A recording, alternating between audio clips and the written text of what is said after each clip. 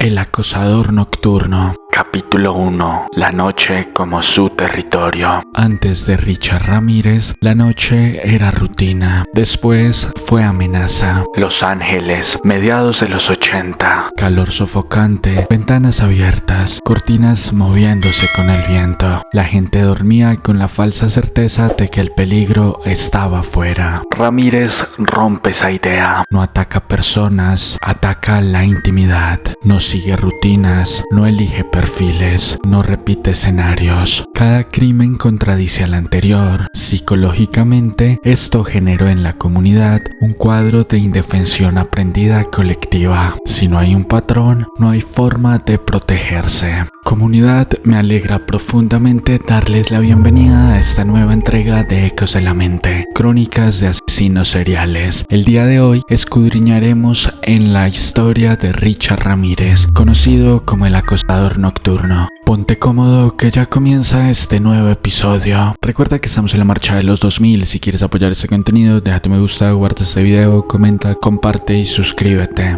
Capítulo 2. Cuando la violencia deja de ser excepcional y se vuelve normal. Richard Ramírez nace en 1960 en El Paso, Texas, dentro de un hogar donde el miedo no llega de golpe, ya está ahí. Su padre, Julián Ramírez, es un hombre rígido, iracundo, obsesionado con la disciplina. Trabaja largas jornadas y vuelve a casa cargado de frustración. Cuando algo no encaja, el castigo es inminente. No hay diálogo, no hay explicación, solo gritos y humillación.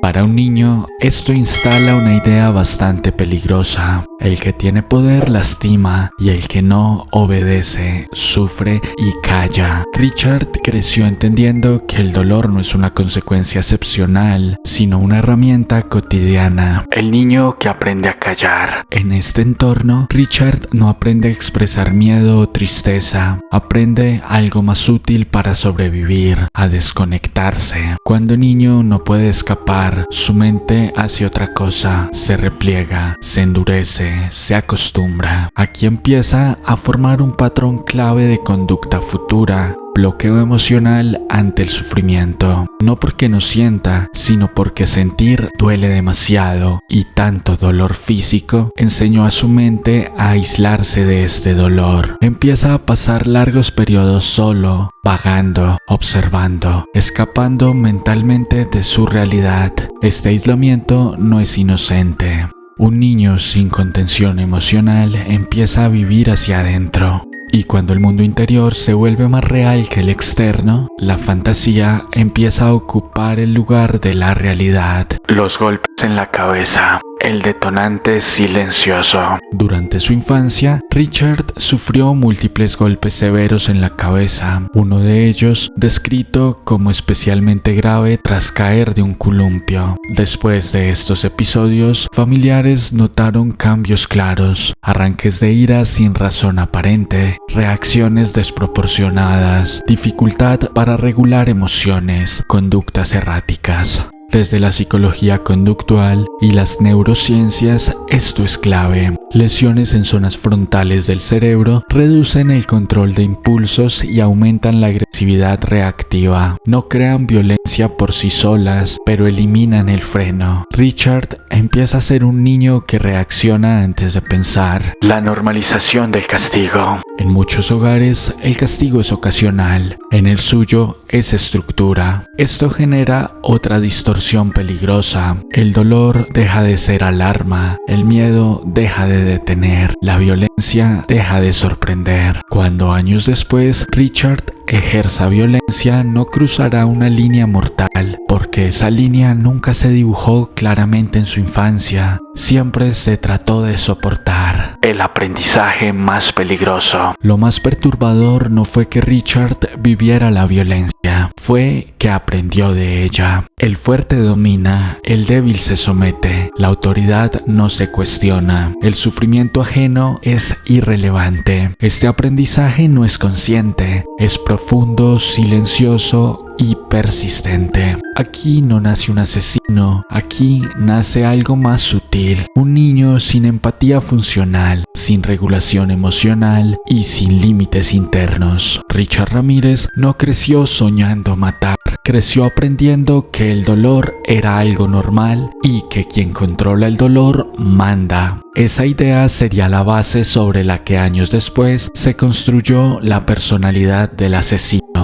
Capítulo 3. El primo Mike. Sexo, muerte y admiración. El primo se llamaba Miguel Mike Ramírez. Para Richard, niño y adolescente, no era un familiar mayor, era una figura de poder, de experiencia y de mundo. Mike vuelve de la guerra de Vietnam fracturado, no solo herido físicamente, sino psicológicamente descompuesto. Trae consigo algo que marcará para siempre a Richard. Historia sin culpa. Mike no habla de la guerra como tragedia, habla como quien recuerda una gran hazaña. Relata asesinatos, relata violencia, relata cuerpos mutilados, abuso de sustancias y violación. Lo hace sin emoción, sin culpa, sin consecuencias. Para un adolescente en formación, esta información es devastadora. Si alguien puede contar esto sin romperse,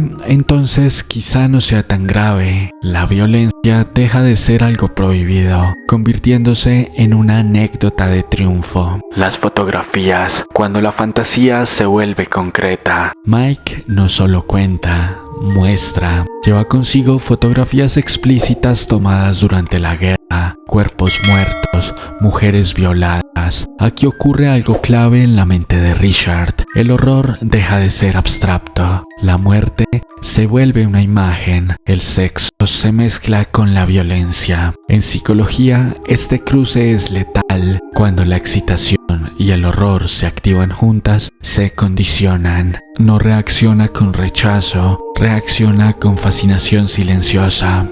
La figura del hombre poderoso. Mike encarna algo que Richard no tiene: confianza, dominio, ausencia de miedo. Además, Mike no es castigado, no hay consecuencias visibles por lo que hizo en la guerra.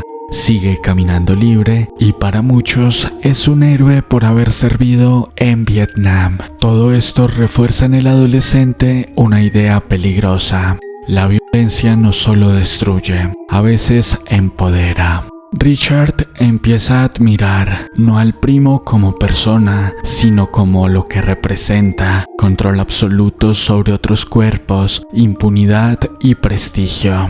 El evento definitivo, el asesinato presenciado. El punto de no retorno llega cuando Richard presencia algo que ningún menor debería ver. Mike asesina a su esposa frente a él. No entraremos en detalles gráficos, lo importante es lo psicológico. Richard no es protegido, no es retirado, no es contenido, no recibe una explicación, simplemente lo presencia como un testigo pasivo, como lo que fue durante toda su infancia. La escena no es solo violencia, es confirmación. Todo lo que Mike contó es real.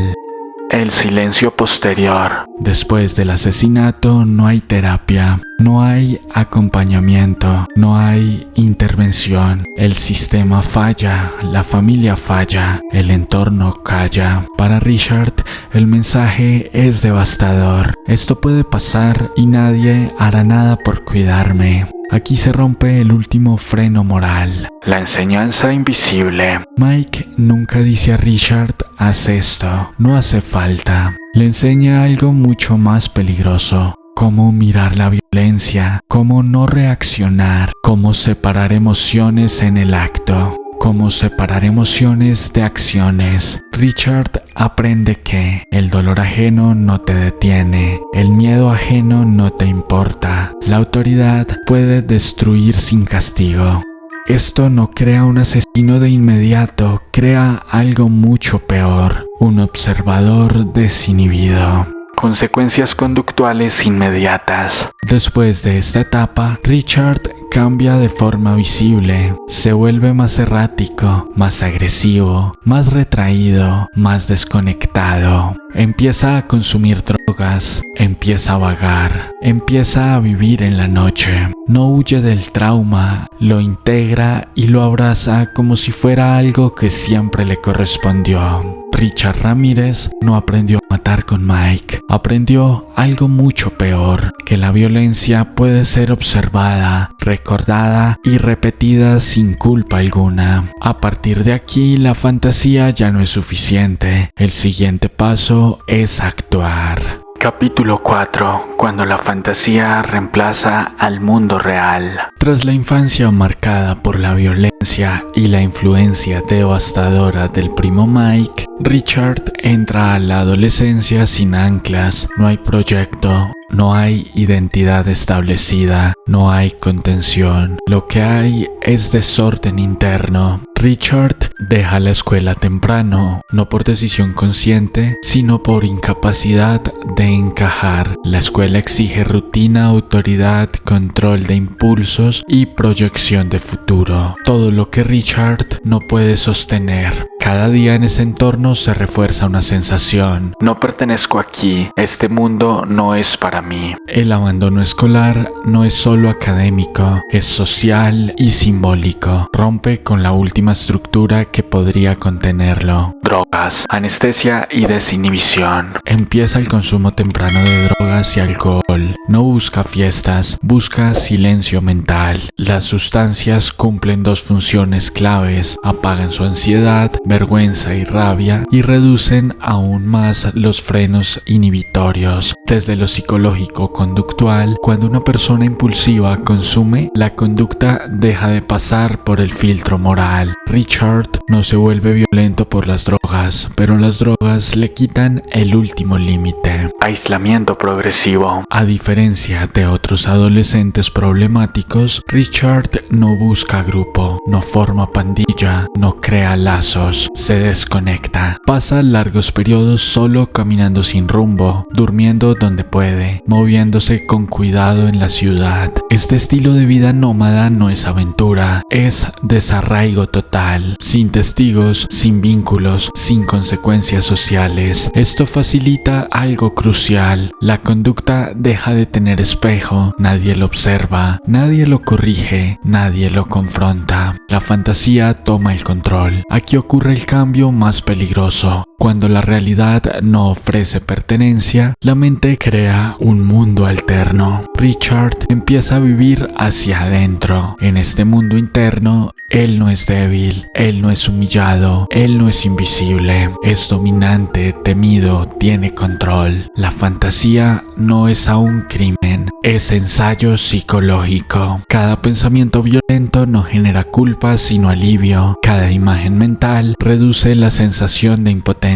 La fantasía se vuelve funcional y lo funcional se repite. Emociones que no se separan, se mezclan. En esta etapa, su mundo interno se vuelve caótico porque las emociones no están diferenciadas. La ira se mezcla con excitación, la humillación se transforma en deseo de dominio, el miedo se convierte en rabia, la vergüenza se proyecta hacia otros. No hay regulación emocional, hay descarga. Richard no piensa, quiero hacer esto, piensa, necesito que esto se apague. Vida sin futuro, el presente absoluto. Uno de los rasgos más importantes de esta etapa es la ausencia total de proyección. Richard no piensa, no imagina futuro, no planea, no teme las consecuencias, vive en un presente perpetuo. Desde lo criminológico, esto es clave. Cuando no existe futuro psicológico, no hay freno racional. El impulso manda, la consecuencia no existe. No busca pertenecer, busca imponerse. Este es el punto donde se rompe la última ilusión. Richard no quiere amigos, no quiere aceptación, no quiere ser visto como normal, quiere todo lo contrario, quiere sentirse por encima, quiere gobernar. La fantasía ya no solo es un refugio, es preparación, porque cuando alguien empieza a necesitar necesitar control para sentirse real, las fantasías tarde o temprano necesitan materializarse. En la adolescencia, Richard Ramírez dejó de intentar encajar en un mundo que no estaba hecho para él. Empezó a construir un lugar donde el miedo de otros lo hacía sentirse vivo. El siguiente paso no será imaginar, será cruzar la línea. Apoya nuestro podcast dejando tu me gusta, guardando este video, compartiéndolo con tus amigos y suscribiéndote aquí en nuestro canal de YouTube. Capítulo 5. El caos interno disfrazado de mal absoluto. Richard Ramírez no encaja en el molde del asesino serial clásico. No es metódico, no es disciplinado, no es paciente. Y eso precisamente es lo que lo vuelve aún más peligroso. Rasgo central: desorganización impulsiva. Desde el punto de vista conductual, Richard presenta una combinación crítica: trastorno antisocial de personalidad, impulsividad extrema, baja tolerancia a la frustración, posibles episodios disociativos, consumo crónico de sustancias. Esto se traduce en una conducta clave: actuar para descargar, no para cumplir un plan. A diferencia de otros asesinos seriales, no perfecciona, no refina, no aprende de sus errores. Cada ataque es una exposición más de sus emociones distintas, de su desconexión de la realidad. Por esto no hay un ritual fijo, por eso no hay coherencia. El crimen no es el objetivo, es el síntoma. Violencia como regulación emocional. Richard no mata por placer sostenido, mata para regular su caos interno. La violencia cumple con su función psicológica, apaga su ira, disuelve la humillación, genera una sensación breve de poder, devuelve el control momentáneamente. Pero el efecto dura poco, y cuando desaparece, este vacío regresa más intenso. Esto explica la escalada errática y la falta de un patrón. El satanismo: identidad, no creencia. Aquí es donde muchos relatos fallan, porque confunden símbolo con doctrina. Richard Ramírez no es un satanista religioso, no seguía estructura espiritual, no practicaba rituales sistemáticos. Lo que hacía era otra cosa, mucho más psicológico. El satanismo como máscara de poder. Para Richard, el satanismo funcionaba como una identidad prestada, con un lenguaje provocador que le brindaba un escudo psicológico y le permitía mostrar el mal al mundo de una forma ya cuestionada y señalada. Como los actos del primo Mike. No adoraba al diablo, se escondía detrás de él. Cuando alguien carece de identidad estable, adopta símbolos externos para sentirse definido. El símbolo no es fe, es armadura. Performatividad del mal. Richard actuaba el mal: frases repetidas, gestos exagerados, miradas provocadoras, sonrisas teatrales. Esto no es misticismo, es una puesta en escena.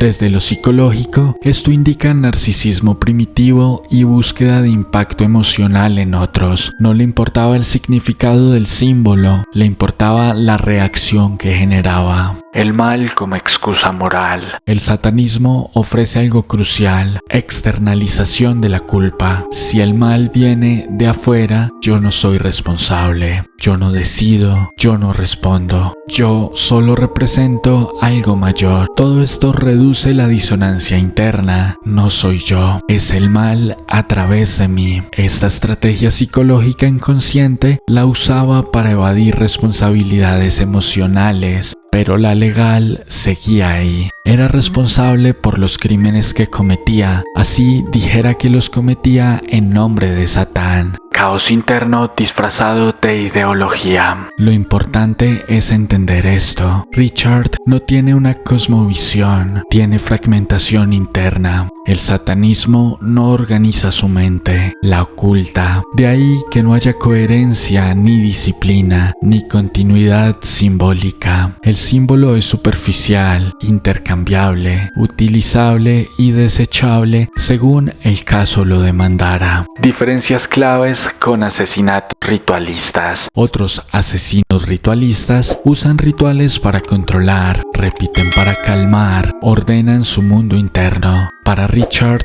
esto no era así. Su mente no se ordenaba, solo estallaba. Por eso su violencia era impredecible. Por eso su satanismo era caótico. Por eso no hay liturgia real. Richard Ramírez no adoraba al diablo, usaba su imagen para tapar algo mucho peor, una mente sin estructura, sin freno y sin identidad. Su satanismo no explica sus crímenes más relevantes, simplemente deja a la vista su vacío identitario, su necesidad de impacto, su rechazo a la responsabilidad y la búsqueda desesperada de control. No fue un creyente, fue un actor del caos. Cuando el símbolo ya no alcanza para contener el caos, la fantasía necesita otro cuerpo y ahí comienza la noche. Capítulo 6. El terror sin lógica, cuando el hogar deja de ser un refugio. Richard Ramírez no sale a buscar personas, sale a buscar espacios vulnerables, casas, habitaciones, dormitorios. Su elección no responde a un perfil claro porque no está cazando individuos, está invadiendo territorios. El ingreso rompe la frontera invisible. Para la mayoría de las personas, la puerta de su casa es una frontera simbólica. Aquí termina el mundo exterior.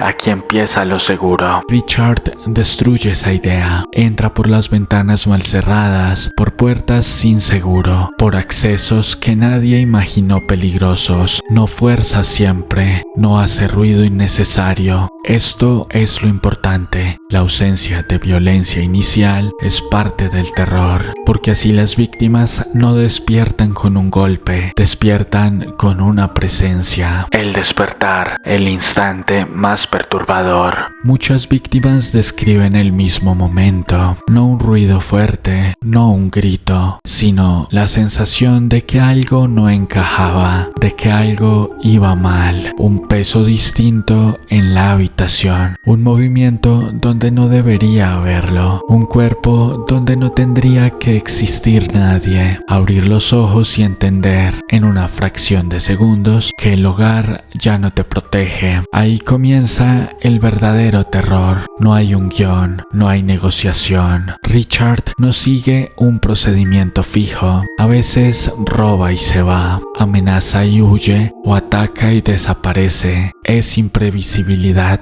pura. Desde la psicología del trauma, el miedo mayor es cuando no hay patrón reconocible. Las víctimas no saben qué quiere, qué hará o cuándo terminará. La mente busca lógica y no la encuentra. Dominio del espacio, el verdadero objetivo. Aunque los actos varían, hay algo que se repite siempre. Richard se apropia del espacio, se mueve como si la casa fuera suya, decide quién muere y quién no, impone silencio, impone espera, no necesita decirlo, aquí mando yo. Todo esto conecta directamente con su perfil psicológico. Infancia sin control, adolescencia sin pertenencia, identidad fracturada. Aquí, por primera vez, tiene poder absoluto y lo usa a su antojo.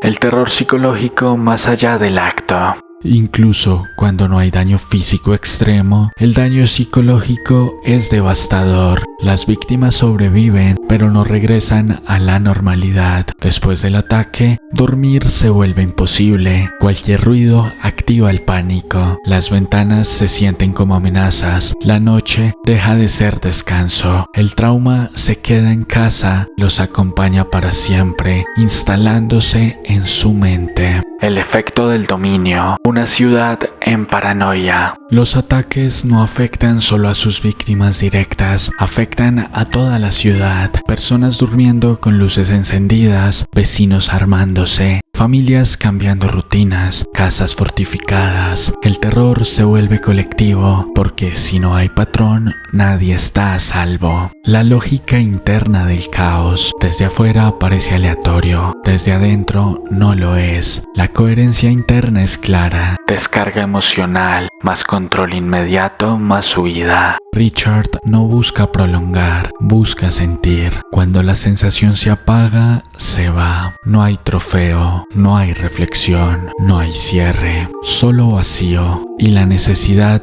de, como si fuera una droga, seguir consumiendo el terror de toda una ciudad. Richard Ramírez no destruyó hogares por lo que hizo dentro de ellos, los destruyó porque después de su paso, nadie volvió a sentirse seguro al dormir.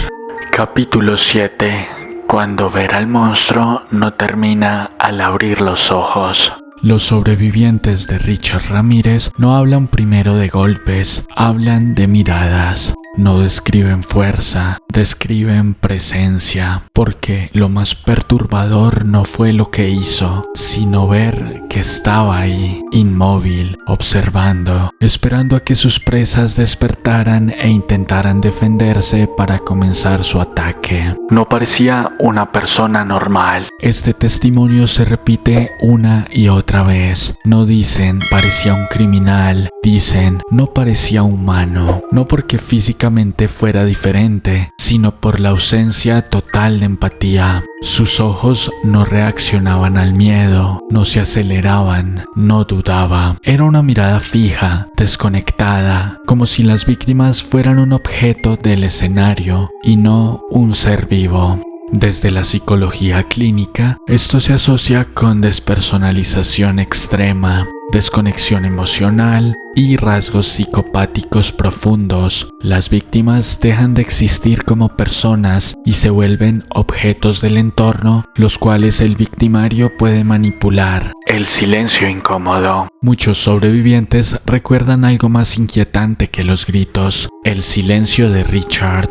No hablaba para intimidar, no gritaba para imponer. Cuando hablaba, lo hacía en voz baja, casi tranquila. Esto genera una disonancia brutal. El cuerpo está en peligro, pero el ambiente no lo refleja. El cerebro entra en otra confusión y la confusión paraliza a la víctima, como aquellos enormes ojos de gato cuando se quedan mirando fijamente a un ratoncito. El detalle que nadie olvida: el olor, la suciedad, el abandono. Los sobrevivientes recuerdan cosas que parecen pequeñas, pero no lo son. Su ropa sucia, su aliento, su piel descuidada, su apariencia errática. No era el villano de la película, era el abandono hecho persona. Eso lo vuelve aún más real, más cercano, más aterrador. La mezcla de miedo y desconcierto. Algunos sobrevivientes dijeron algo inquietante.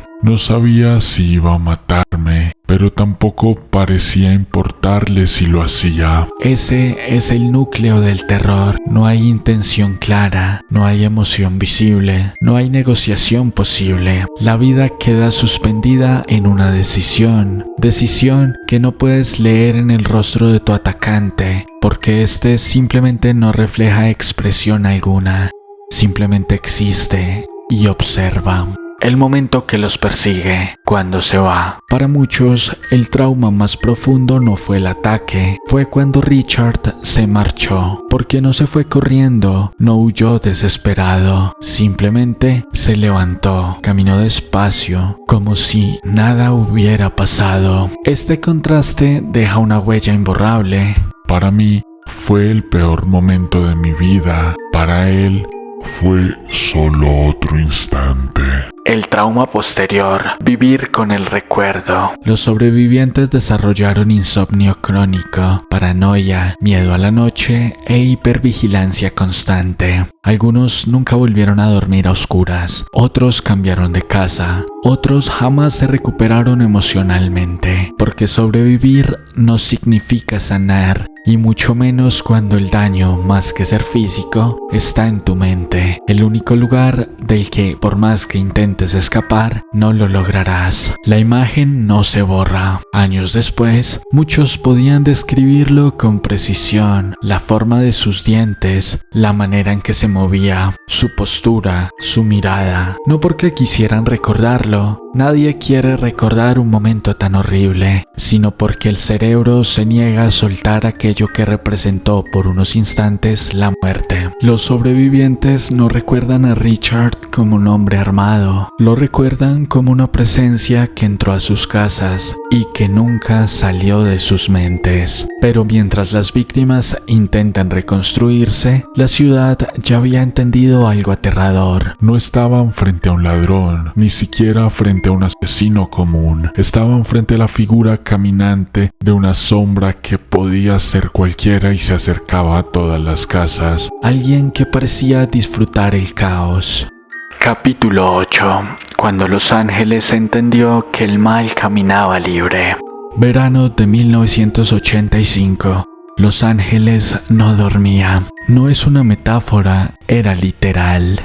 El miedo se vuelve algo cotidiano. Al principio, los crímenes parecían inconexos, diferentes barrios, diferentes edades, diferentes métodos, diferentes horarios. Nada parecía encajar. La policía buscaba patrones, pero Richard Ramírez no los respetaba. Atacaba de noche, de madrugada, al amanecer. Entraba por las ventanas, puertas abiertas o cualquier acceso. No seguía reglas y eso hacía imposible que las autoridades lograran anticiparse al atacante. El terror entra a los hogares. Muy pronto, el miedo dejó de estar en la calle, se instaló en las casas. Las personas jamás habían cerrado la puerta con llave, comenzaron a hacerlo. Compraron armas, pusieron rejas, cambiaron cerraduras. En las ferreterías se agotaron cerrojos, alarmas y luces exteriores. Dormir se convirtió en un acto de valentía y estar despiertos en un acto de supervivencia. La prensa crea el monstruo y lo alimenta. Los medios hicieron lo inevitable, le pusieron un nombre. The Night Stalker.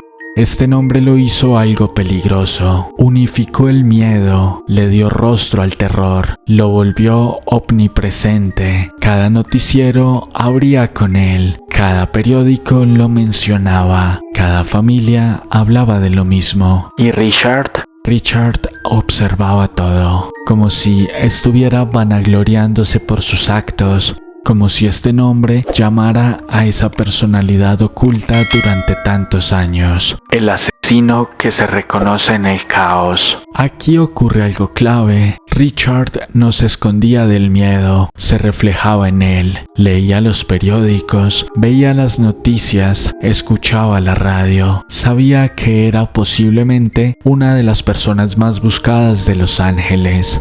Sabía que lo temían y eso reforzaba su identidad. Desde la psicología criminal, esto se llama retroalimentación narcisista del terror. El miedo colectivo valida al depredador. La impotencia de la policía. La policía estaba superada, descripciones contradictorias, testigos traumatizados, escenas contaminadas, errores de coordinación. Un día era alto, otro bajo, otro joven, otro viejo. No había ADN confiable aún en ninguna escena del crimen, sin cámaras, sin tecnologías modernas que permitieran identificarlo. Solo intuición y presión policíaca. La ciudad empieza a sospechar de todos. El daño colateral fue brutal. Hombres de cabello largo fueron atacados en la calle. Personas latinas fueron señaladas. Cualquiera que pareciera extraño se volvía sospechoso. El miedo rompe la lógica, convirtiendo a todos en prisioneros desesperados por atrapar al captor y hacerle justicia por mano propia. El detalle que cambió todo, la huella. Finalmente, un pequeño error. En una escena del crimen, una huella de zapato Avia, modelo poco común. La policía no tenía nombres, pero tenía algo mejor, una pista concreta. Los medios la publicaron y Richard volvió a verla. El cazador empieza a ser cazado. Por primera vez, Richard comete un error visible. Entra en zonas concurridas, se mueve de día, se vuelve descuidado. El impulso supera al instinto. Ya no caza solo por necesidad psicológica. Ahora caza porque siente que el tiempo se acaba. Siente que de no actuar rápido, pronto será privado de este placer que le brinda el acechar a las personas.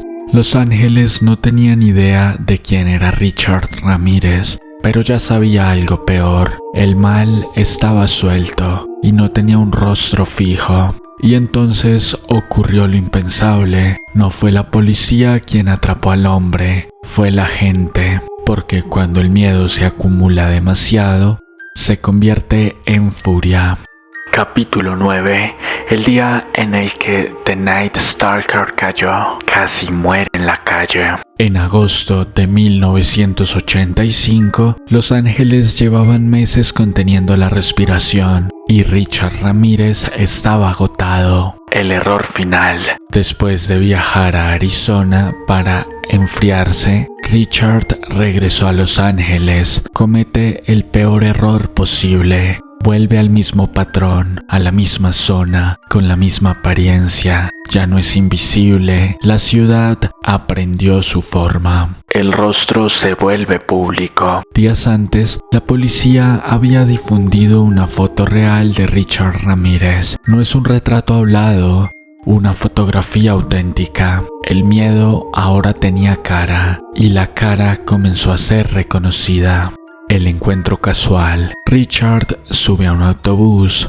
No huye, no se esconde. Actúa como siempre, despreocupado, errático, confiado. Pero alguien lo mira y lo reconoce. Una mujer susurra, otro pasajero observa mejor. Alguien baja del bus y avisa. La ciudad reacciona antes que la policía. El inicio de la persecución. Richard desciende del autobús, camina rápido, luego corre. Pero no corre solo, la gente empieza a seguirlo. No son agentes, no son policías, son vecinos, trabajadores, padres de familia, personas cansadas de no poder cerrar los ojos en la noche.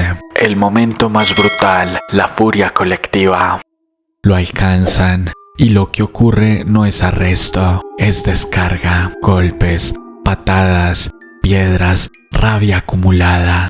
Richard cae al suelo, no se defiende, no lucha, grita: ¡Mátenme! Por primera vez, el control se rompe. El giro irónico. Mientras la multitud intenta lincharlo, la policía llega para salvar su vida. Lo sacan casi inconsciente, ensangrentado, con el rostro irreconocible. El hombre que aterrorizó la ciudad necesitaba ahora protección del mismo sistema que despreciaba. El silencio después del terror. Cuando se confirmó la captura, algo extraño ocurre. No hay celebración inmediata, hay silencio. Un silencio largo, como cuando una pesadilla termina y el cuerpo aún no entiende que despertó. Richard Ramírez no fue capturado en una operación brillante. Fue reconocido por la gente, los mismos que ya estaban cansados de tener miedo y no estaban dispuestos a seguir huyendo. Pero capturarlo no significaba entenderlo, y mucho menos juzgarlo, porque lo que venía después no sería justicia rápida, sino uno de los procesos judiciales más largos, oscuros y mediáticos de la historia criminal. Capítulo 10. Cuando el asesino convierte a la justicia en escenario.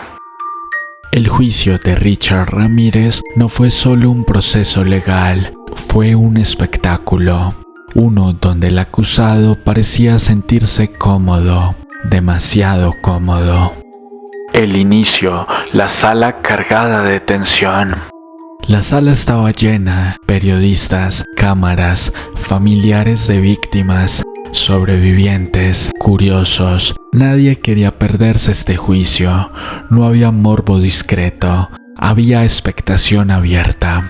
Cuando Richard entra por primera vez, el aire cambia. No bajó la cabeza, no evitó miradas, sonrió, como queriendo revivir en sus ojos el terror que durante tantos años lo alimentó. Lo hizo seguir, lo fortaleció. La imagen cuidadosamente construida. Richard aparece con cabello largo, gafas oscuras, ropa negra. No es descuido, es una puesta en escena. En su mano levanta un dibujo, un pentagrama. ¡Ay, Satán! No es una confesión, es otra provocación. El satanismo como herramienta psicológica. Aquí es clave entender algo. Richard no era un satánico doctrinal, no seguía rituales formales, no pertenecía a una organización. Su satanismo era simbólico, performativo y narcisista. Usaba imágenes satánicas como arma de choque, forma de intimidación e identidad antisistema.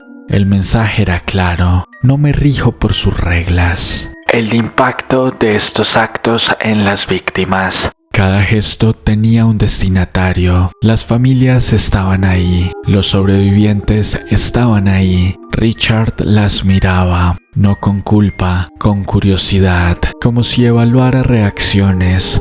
Desde la psicología forense, esto refuerza rasgos psicopáticos, ausencia total de remordimiento y necesidad de control emocional sobre otros. El juicio interminable. El proceso se alargó años, cambios de abogados, pruebas acumuladas, testimonios devastadores.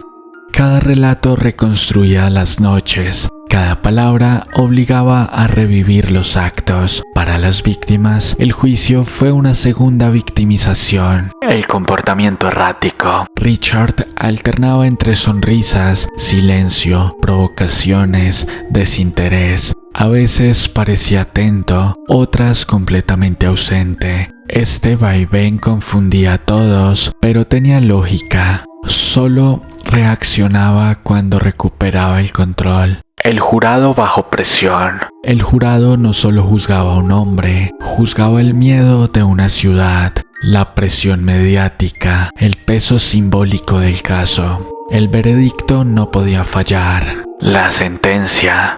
Finalmente, la decisión fue pena de muerte. No hubo reacción visible, ni llanto, ni furia, solo una leve sonrisa, como si la historia aún no hubiera terminado para él, como si estuviera seguro que alguna especie de entidad o deidad haría que él volviera a la tierra, permitiéndole seguir su legado del terror, permitiéndole acechar, permitiéndole moverse en las sombras sin que nadie pudiera tocarlo, ya que no estaría en el mismo plano existencial de quienes serían sus víctimas. Y aunque fue por el daño psicológico que causó, Richard fue inolvidable para todas las personas que tuvieron el infortunio de encontrarse con él. Ramírez perdió la libertad, pero nunca cedió el control simbólico del terror. Sin embargo, el juicio no fue el final, fue solo el comienzo de la última etapa, la de un hombre encerrado, pero aún presente en la cultura, en la memoria y en el miedo.